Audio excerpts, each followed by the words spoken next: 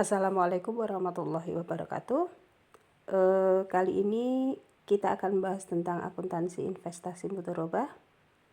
Ini adalah materi pertemuan kelima untuk kelas akuntansi bank syariah di prodi perbankan syariah. Ya, ada beberapa aspek yang akan kita bahas nanti. Yang pertama, seperti biasa ya, kita akan membahas definisi dulu apa itu investasi mudharabah. Kemudian yang kedua, kita akan membahas tentang bagaimana pengakuan, seperti yang sudah pernah saya jelaskan sebelum-sebelumnya. Pengakuan di sini berkaitan dengan pencatatan. Ya, pencatatan yang akan kita lakukan terhadap transaksi-transaksi yang berkaitan dengan investasi mudharabah. Jadi pengakuan ini nanti akan kita identifikasi kapan diakuinya dan bagaimana mengakui. Kemudian yang selanjutnya kita akan membahas tentang aspek pengukuran atau measurement. Jadi setelah kita tahu kapan diakui, bagaimana mengakui, maka kita harus tahu juga berapa yang harus diakui, atau dalam bahasa akuntansinya adalah berapa yang harus diukur. Kemudian kita juga akan membahas tentang penilaian. Jadi berapa nilai investasi mudharabah yang akan disajikan dalam laporan keuangan. Kemudian juga akan bahas tentang penyajian dan terakhir tentang pengungkapan. Oke, mungkin kalian sudah belajar tentang definisi akad mudharabah di mata kuliah sebelumnya, ya, biasanya ada dibahas di mata kuliah bank dan lembaga keuangan syariah. Nah, investasi mudharabah sendiri kalau kita merujuk pada PSAK yang berkaitan dengan syariah atau pernyataan standar akuntansi keuangan syariah, investasi mudharabah itu adalah investasi atau pembiayaan yang disalurkan oleh lembaga keuangan syariah, termasuk diantaranya adalah bank syariah, kepada pihak lain untuk usaha produktif sesuai dengan akad mudharabah. Itu definisi dari investasi mudharabah yang akan kita gunakan dalam mempelajari investasi mudharabah. Oke, nah kalau seperti itu berarti kita perlu mengingat kembali akad mudharabah itu seperti apa sih? Coba kita ingat kembali. Jadi akad mudharabah itu adalah akad kerjasama antara pemilik dana atau sohibul mal dengan pengusaha atau mudharib. Jadi sohibul mal menyediakan dana kepada pengusaha atau pengelola atau mudharib. Nah, kemudian mudharib atau pengusaha ini akan mengelola dana tersebut dalam usaha yang produktif, kemudian keuntungannya akan dibagi bersama sesuai dengan kesepakatan yang telah disepakati oleh kedua belah pihak. Oke, mengingat kembali materi di perkuliahan sebelumnya atau perkuliahan mata kuliah sebelumnya, mudharabah itu bisa terdiri dari 3 jenis, yaitu mudharabah muqayyadah atau kalau bahasa kerennya ya, bahasa akuntansinya adalah restricted investment.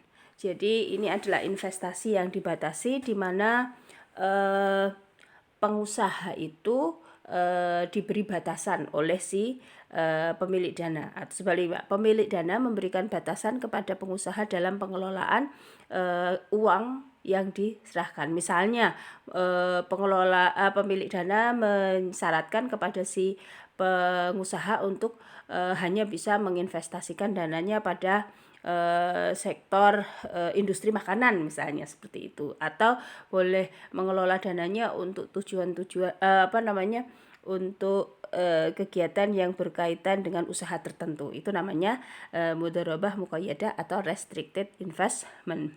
Kalau mudharabah mutlaqah itu yang kedua, yaitu adalah unrestricted investment. Kita ingat kembali di sini artinya bahwa sahibul mal itu tidak membatasi pengusaha dalam menentukan jenis usaha yang akan dikelola. Nah, yang ketiga adalah mudharabah mustarokah. Jadi sebenarnya ini adalah gabungan dari mudharabah dan dan musyarakah.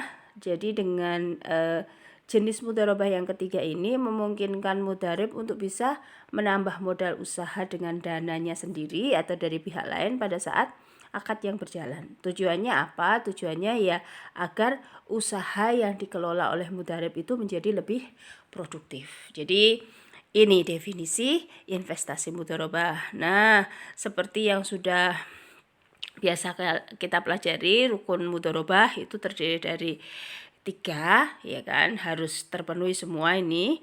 Jadi yang pertama adalah transaktor atau pelaku transaksi. Pelaku transaksi itu ya pemilik modal atau sohibul mal dan pengelola atau mudharib. Kemudian ada objek mudharabah. Objeknya ya dana yang diserahkan atau modal yang diserahkan dan usaha yang dikelola oleh mudharib. Kemudian yang terakhir adalah ijab kabul atau akad dari kedua belah pihak yang bersepakat. Oke, kalau berkaitan dengan investasi mudharabah yang diselenggarakan oleh Bank Syariah, dari definisi di depan tadi kita bisa mengidentifikasi bahwa yang bertindak sebagai sohibul mal dalam hal ini adalah Bank Syariah. Kemudian pengelola atau mudharibnya itu adalah nasabah yang mendapatkan dana dari Bank Syariah. Nah, caranya gimana alur transaksinya?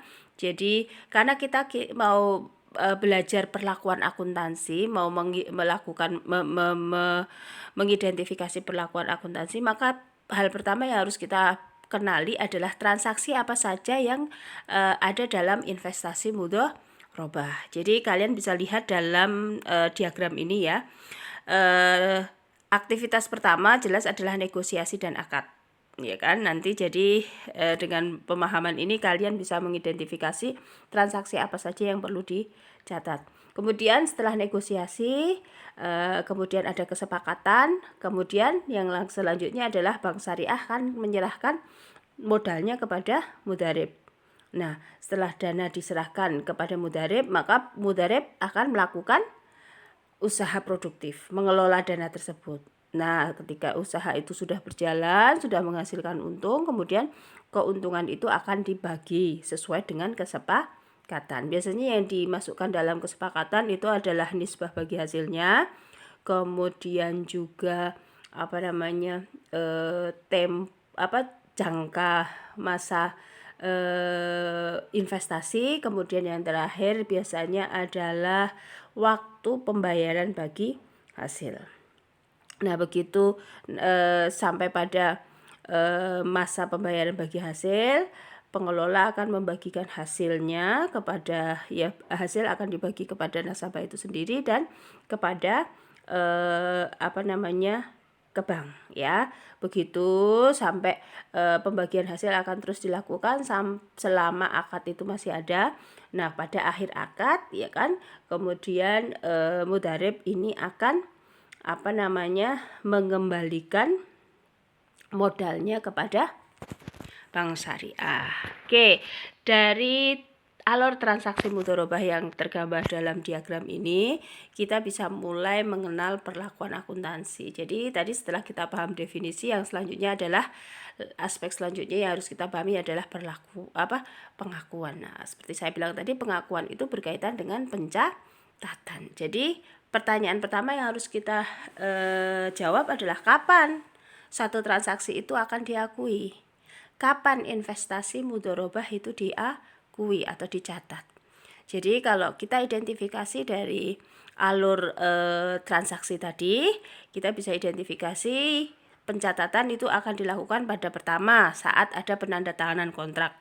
Nanti kita belajar bagaimana mencatat pada saat penandatanganan kontrak dan berapa yang dicatat. Kemudian yang selanjutnya adalah saat penyerahan investasi mudharabah, yaitu saat Bank Syariah menyerahkan modal usahanya, modal kepada pengusaha atau mudharib. Kemudian yang ketiga adalah saat penerimaan bagi hasil. Jadi setelah usaha dilakukan oleh mudharib atau nasabah ya, kemudian menghasilkan untung atau keuntungan ini akan dibagi bersama selama periode akad. Jadi akan dibagi begitu. Jadi bank akan memperoleh atau akan menerima bagi hasil. Nah, jurnal pencatatan penerimaan bagi hasil ini nanti tergantung pada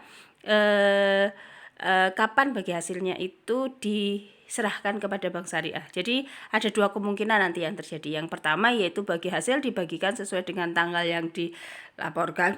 Kemudian bagi hasil dibagikan tidak bersamaan. Jadi nanti kita akan lihat dua. Kemudian yang terakhir yaitu adalah pencatatan pada saat akad itu berakhir. Nanti ini ada dua kemungkinan juga, bagaimana cara mencatat ketika nasabah itu mampu membayar dan bagaimana cara mencatat ketika nasabah itu tidak mampu membayar. Nah, untuk selanjutnya setelah tahu kapan pengakuan itu dilakukan, kita harus paham juga dengan bagaimana cara mengakuinya dan berapa yang diakui. Jadi berkaitan dengan bagaimana itu bagaimana pengakuan dan berapa itu pengukuran ya. Jadi itu. Nah, untuk memudahkan pemahaman, maka untuk memahami bagaimana dan berapa yang dicatat itu kita akan belajar dengan menggunakan contoh kasus biar langsung ada aplikasi angkanya ya.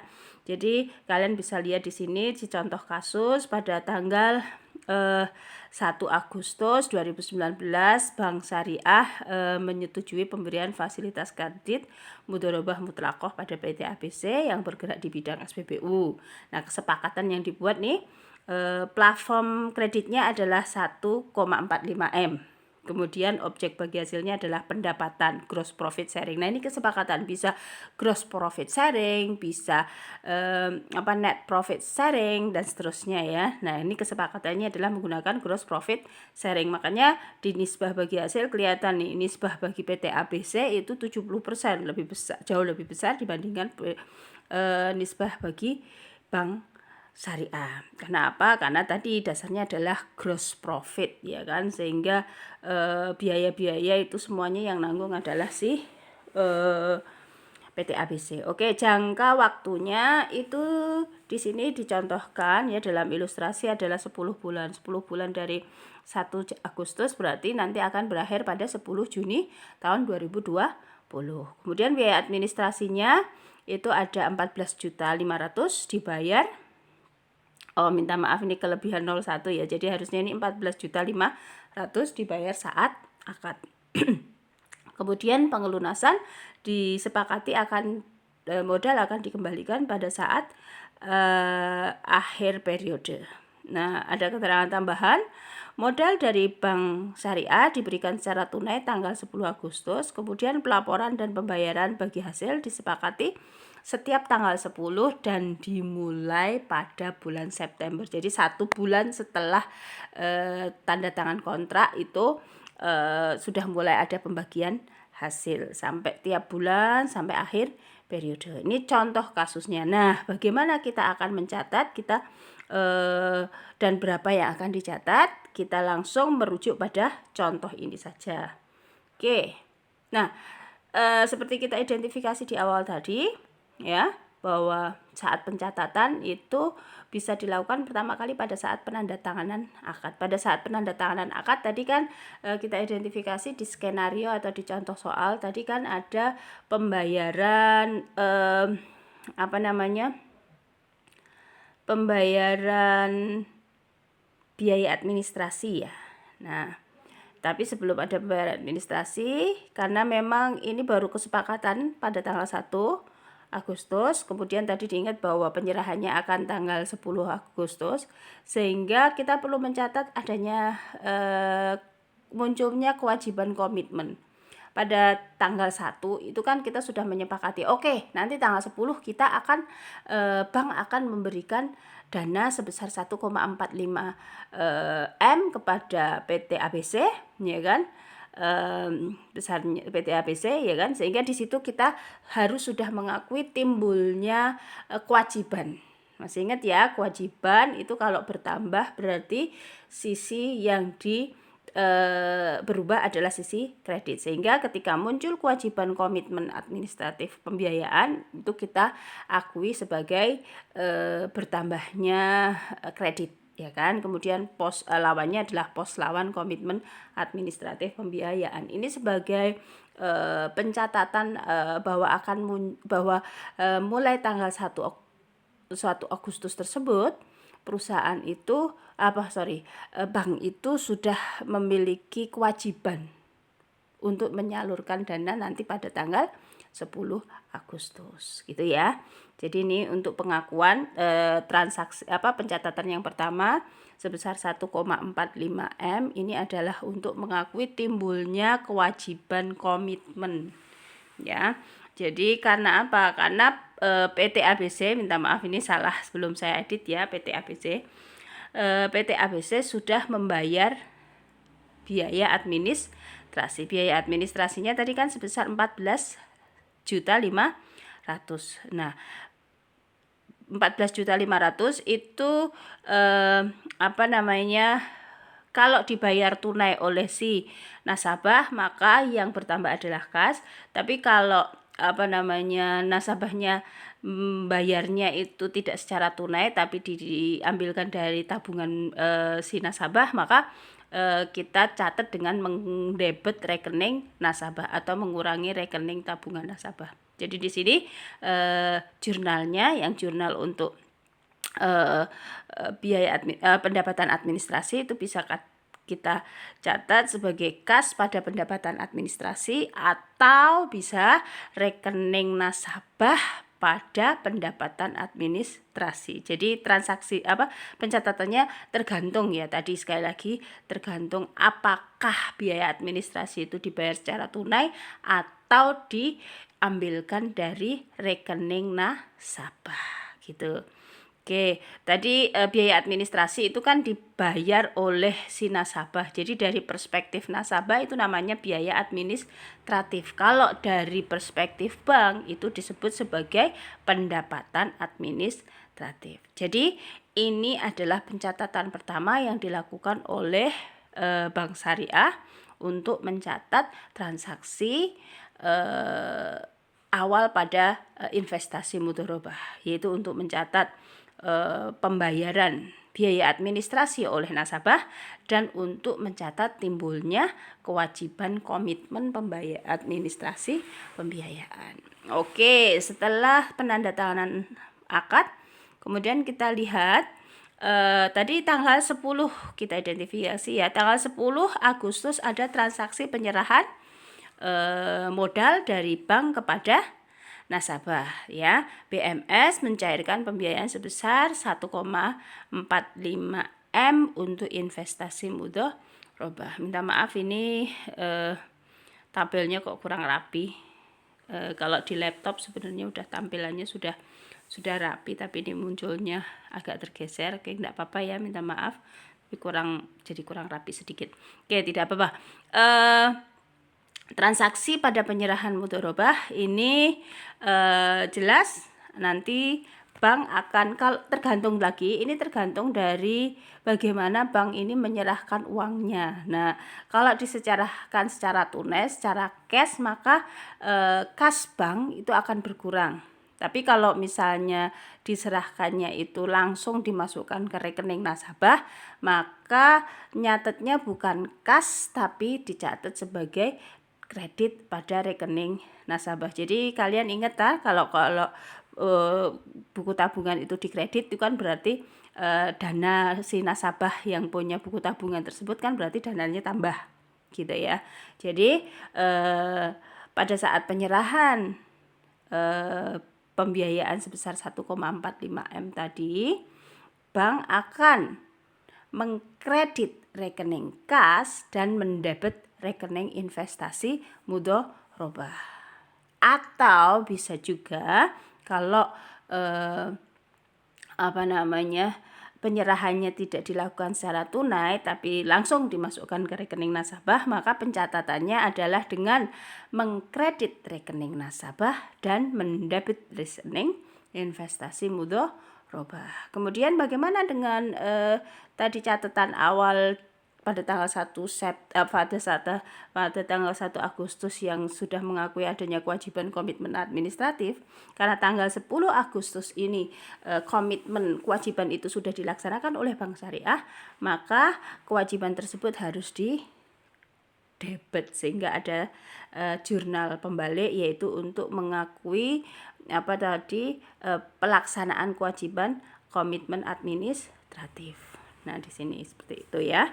Oke, jadi ada catatan di situ. Kalau menurut PSAK 105, investasi mudharabah dalam bentuk kas itu diukur sebesar kas yang diserahkan. Tadi kalau Bank Syariah menyerahkannya uang 1,45 M atau memasukkan dana ke rekening nasabah itu sebesar 1,45 M, maka itu akan investasi mudharabah akan diakui sebesar nilai tersebut. Nah, tapi kalau misalnya investasinya dalam bentuk non kas, ya kan, maka akan diukur sebesar nilai wajar dari aset non kas saat penyerahan. Jadi misalnya Bank Syariahnya nggak nyerahin uang 1,45 M, tapi menyerahkan misalnya mesin atau apalah gitu kan. Nah, maka yang diakui sebagai investasi mudharabah itu adalah harga wajar dari mesin tersebut. Harga wajar itu sama dengan harga pasar. Nah, namun sebagai catatan perlu diingat, biasanya itu Bank Syariah memang menyerahkan investasi mudharabah dalam bentuk kas. Maka contoh dalam pembahasan ini hanya menggunakan investasi mudharabah dalam bentuk kas. Oke, jadi tahap yang kedua sudah dilalui, yaitu penyerahan modal dari bank kepada nasabah dengan mendebit rekening investasi mudharabah dan mengkredit rekening kas atau rekening nasabah. Nah, kemudian juga dengan mengkredit rekening kewajiban komitmen dan mendebit pos lawan komitmen administratif. Oke, kita lanjut. Nah, setelah dana diserahkan kepada nasabah, maka nasabah yang pengelola ya, maka nasabah sebagai pengusaha itu akan memutar istilahnya ya, mengelola dana tersebut dalam usaha produktif agar menghasilkan keuntungan. Nah, begitu ada keuntungan dari usaha tersebut sesuai kesepakatan, maka ada pembagian hasil. Tadi di keterangan di awal di contoh kasus tadi kan dibayar setiap tanggal 10 dimulai dari 10 September, sehingga penerimaan bagi hasil yang akan diterima oleh bank itu nanti akan ada pada tanggal 10 September, 10 Oktober, 10 November, 10 Desember dan seterusnya sampai 10 Juni 2020. Nah, bagaimana penerimaannya? Seperti saya bilang tadi, bahwa penerimaannya itu nanti tergantung pada pencatatannya itu nanti tergantung pada saat tanggal yang disepakati untuk penyerahan bagi hasil itu, apakah benar-benar sudah bagi hasilnya itu sudah dibagikan atau belum. Sehingga di sini menurut PSAK 105, pengakuan penghasilan usaha mudharabah dalam praktek dapat diketahui berdasarkan laporan bagi hasil atas realisasi penghasilan usaha dari pengelola dan tidak diperkenankan menggunakan pendapatan dari proyeksi. Jadi yang diakui itu benar-benar yang diperoleh, keuntungan yang diperoleh oleh pengusaha, bukan proyeksi. Sehingga nih setiap bulan, karena setiap tanggal 10 kan harus ada bagi hasil, maka setiap bulan itu pengusaha punya kewajiban membuat laporan berapa keuntungan yang diperoleh, sehingga berdasarkan laporan yang dibuat oleh si pengusaha tersebut, maka bank bisa menghitung berapa bagian dia, kemudian bagaimana mencatatnya. Nah, apabila bagian usaha belum dibayar oleh pengelola pada tanggal dilaporkan itu, maka dianggap sebagai piutang, gitu ya. Kita contohkan. Nah, dari catatan di awal pada contoh kasus tadi ya, bahwa dijelaskan bahwa disebutkan bahwa bagi hasil itu akan dibayarkan setiap tanggal 10. Nah, mulai bulan September. Nah, berarti kalau keuntungan dari bulan Agustus akan dibayarkan di bulan September. Keuntungan selama bulan September dibayarkan di bulan Oktober dan seterusnya. Nah, ini contoh ilustrasinya. Tadi kesepakatannya porsi bank adalah 30%. Nah, nanti setiap bulan, setiap tanggal 10 September itu pengusaha akan membuat laporan, ini loh laba bruto yang diperoleh oleh pengusaha. Ini di sini kita lihat dicontohkan misalnya pada bulan Agustus itu laba brutonya ada 20 juta. Kemudian tanggal langsung dibayar, begitu dilaporkan langsung dibayarkan 10 September. Kalau 20 juta kan berarti jatah untuk bank syariahnya kan 30% kali 20 juta, yaitu 6 juta. Kemudian tanggal 50 untuk bulan September ya, untuk bulan September itu laba brutonya adalah 50 juta. Dibayarkan pada tanggal 10 Oktober juga. Jadi dilaporkan tanggal 10, dibayarkan tanggal 10. Jadi porsi bank atau jatah bagi bank berapa? 30%. 30%-nya 50 juta berapa? Yaitu 15. Begitu juga untuk tanggal bulan Oktober. Bulan Oktober jumlah yang dilaporkan oleh pengusaha sebesar 40 juta. Nah, jatahnya bank berapa? Ya 40 juta kali 30%, yaitu 12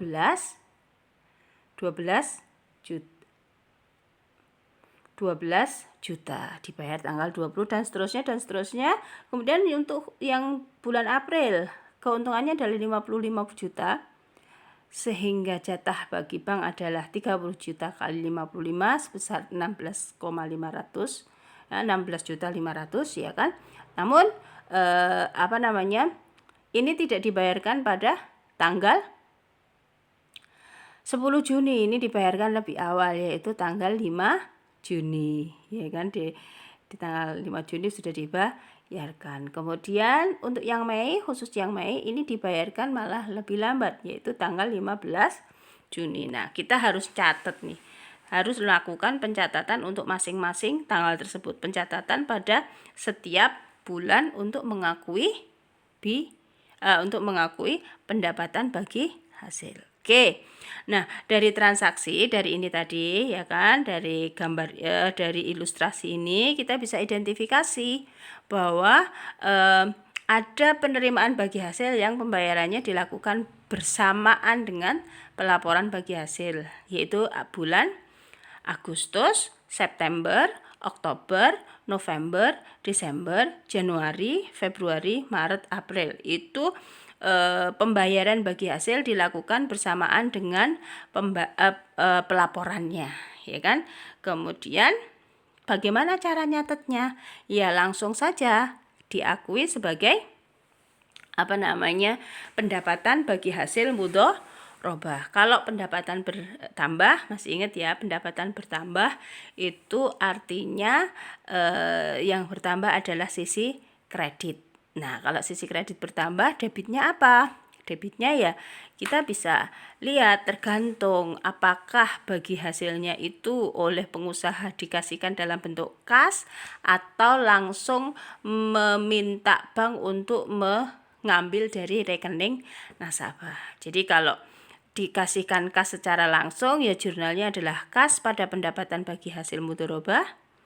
Kalau diambil dari rekening nasabah langsung jurnalnya adalah rekening nasabah pada pendapatan bagi hasil. Oke, jadi kalian kalau ngerjain nanti jangan ditulis kas atau rekening nasabah ya, dilihat informasinya apakah ini diserahkan dalam bentuk tunai atau dalam bentuk transfer rekening gitu ya. Kalau dalam bentuk kalau dari rekening ya udah ambil yang didebit adalah rekening nasabah, tapi kalau dalam bentuk tunai yang didebit adalah rekening kas. Catatan begitu dilakukan terus untuk setiap bulan selama dari bulan September sampai ke bulan April ya. Maret ya, ini sampai Maret tadi. Oke. Sampai April nih jumlahnya sama berapa yang diakui ya sebesar bagi hasil yang diterima oleh bank. Oke, sekarang yang kedua, penerimaan bagi hasil yang waktu pembayarannya berbeda. bukan April kali ya, ini bulan April dan Mei, tapi pada bulan Mei dan Juni ya. Tanggal pelaporan pada bulan Mei dan Juni. Oke. Pada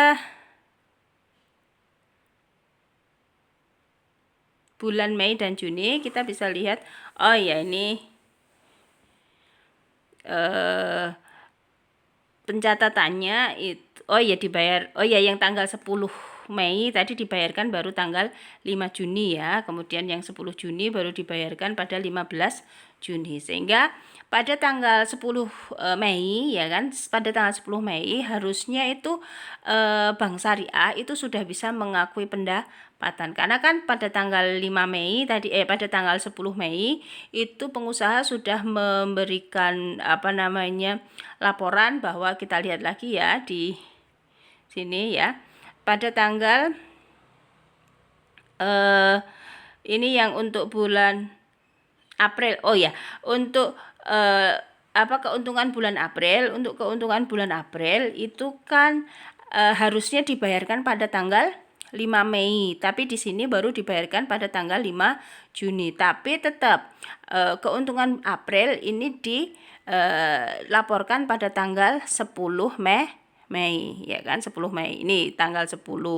Jadi kan harusnya setelah 10 April ini kan harusnya 10 Mei ya kan. Jadi dilaporkannya ini, pelaporannya adalah 10 September, Oktober, November, Desember, Januari, Februari, Maret, April, Mei, Juni.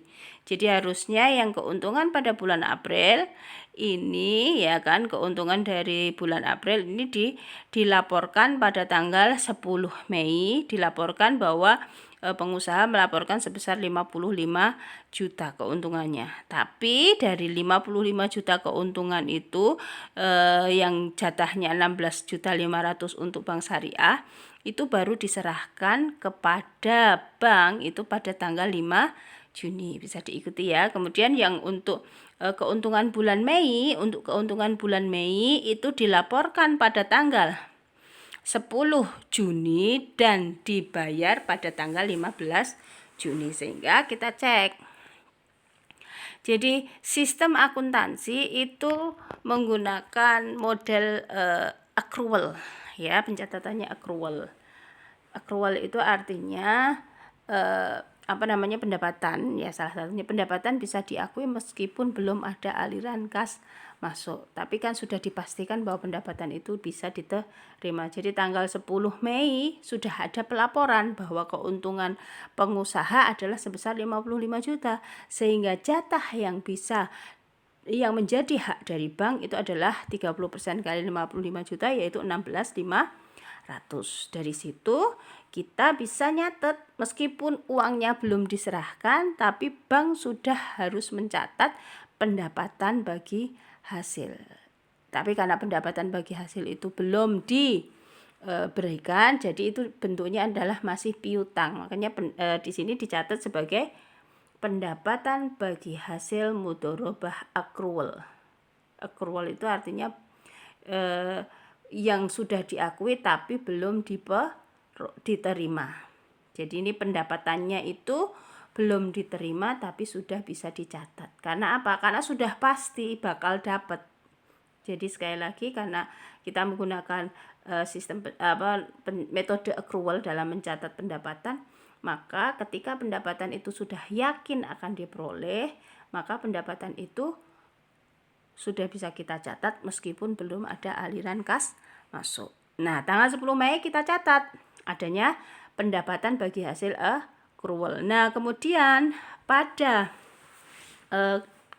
debitnya kita akui sebagai tagihan pendapatan bagi hasil. Itu sebagai sebuah piutang. Tagihan pendapatan bagi hasil. Jadi pendapatan sudah kita akui. Kemudian debitnya, kalau pendapatan naik itu kan kredit ya, berarti debitnya adalah piutang. Jadi tagihan pendapatan bagi hasil mudharabah itu sebenarnya adalah piutang ya. Nah, kemudian ketika dibayar baru piutang itu kita hilangkan, kas bertambah. Jadi piutang berkurang, kas bertambah, atau piutang berkurang, rekening nasabah berkurang. gitu ya. Oke, ya saya ulangi. Pada tanggal 5 Juni itu pengelola atau PT ABC tadi sudah menyerahkan uangnya kepada bank syariah. Sehingga kalau penyerahannya dalam bentuk kas, maka yang didebit adalah kas. Kalau penyerahannya dengan membayar lewat rekening, maka rekening nasabah itu akan dikurangi atau di debit. Kalau rekening nasabah berkurang itu kan debit ya, karena rekening nasabah itu kan sebenarnya adalah kalau dalam persamaan akuntansi itu kan bagian dari dana pihak ketiga ya. Nasabah itu dana pihak ketiga itu kan kewajiban. Jadi kalau kewajiban berkurang, maka yang berubah adalah pencatatan sisi debit. Nah, kemudian karena udah ada pembayaran, maka piutang berupa pendapatan tadi sudah berkurang. Sehingga piutang tanggal 5 Juni kita mencatat berkurangnya piutang pendapatan dan bertambahnya kas. Itu kalau pembayarannya secara tunai. Tapi kalau pembayarannya dengan cara bank ngambil rekening dari nasabah, maka nyatetnya adalah berkurangnya tagihan pendapatan dan berkurangnya rekening nasabah. Nah, pencatatan yang sama juga dilakukan untuk yang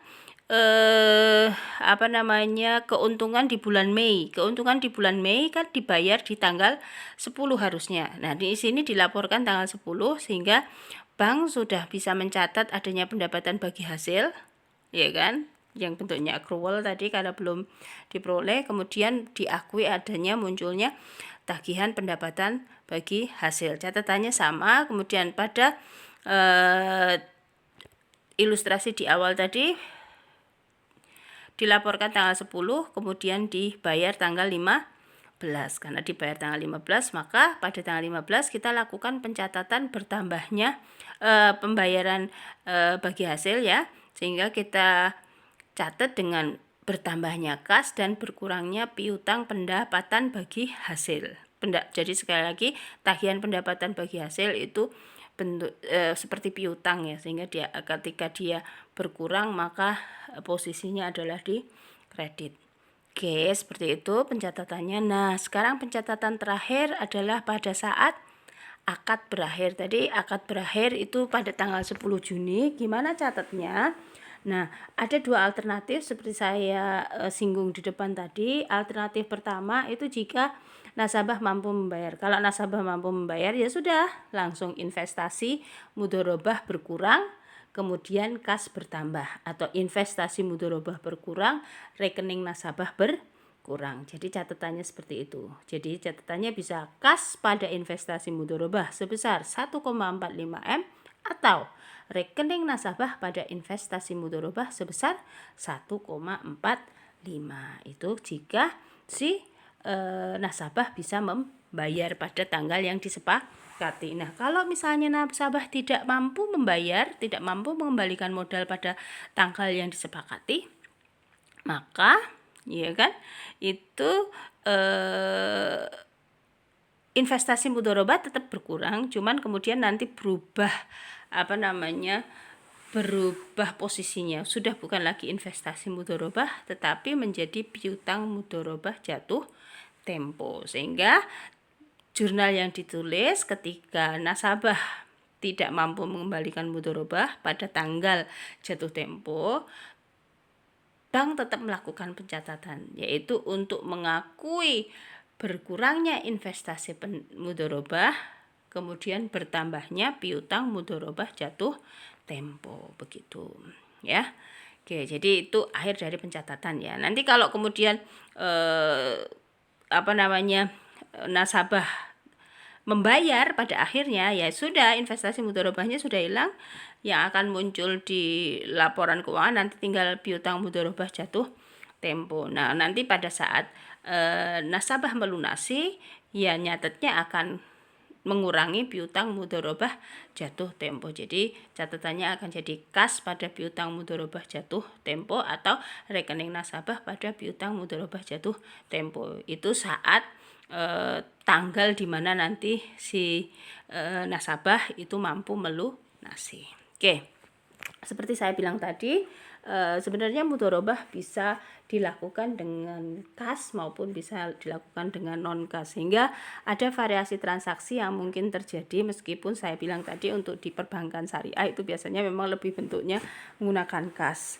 Nah, gimana kalau non kas? Nanti investasi mudharabah dengan menggunakan aset non kas itu pencatatannya akan ada dua kemungkinan, ya.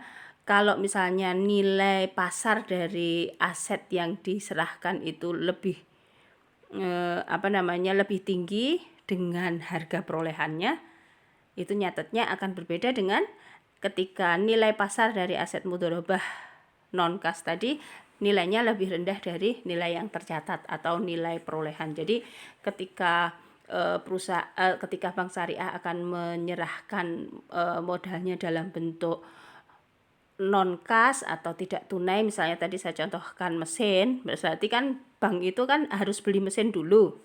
Nah, harga beli mesin tadi kan mesti ada harga tercatat di dalam faktur, itu namanya harga perolehan atau nilai tercatat. Nah, nanti pencatatannya akan berbeda. Investasi mudharabah ini akan diakui sebesar nilai wajar yang pada saat penyerahan. Nilai wajar saat penyerahan itu nilai pasarnya. Jadi misalnya mesinnya dibeli oleh bank itu pada tanggal 1, ya kan, pas akad mesinnya dibeli tanggal 1, kemudian nanti baru diserahkan tanggal 10.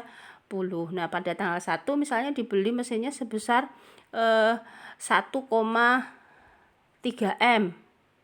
Kemudian pada saat penyerahan nanti harganya sebesar misalnya 1,5 M, maka yang diakui sebagai investasi mudharabah adalah 1,5 M. Sehingga nanti akan ada pencatatan tambahan, akan ada perbedaan antara nilai pasar dengan harga perolehan, sehingga ada kerugian atau bisa juga ada keuntungan. Oke, seperti itu. Kemudian aspek yang selanjutnya tadi sudah pencatatan pengakuannya, ya. Jadi kapan diakui, bagaimana mengakui, dan berapa yang diakui.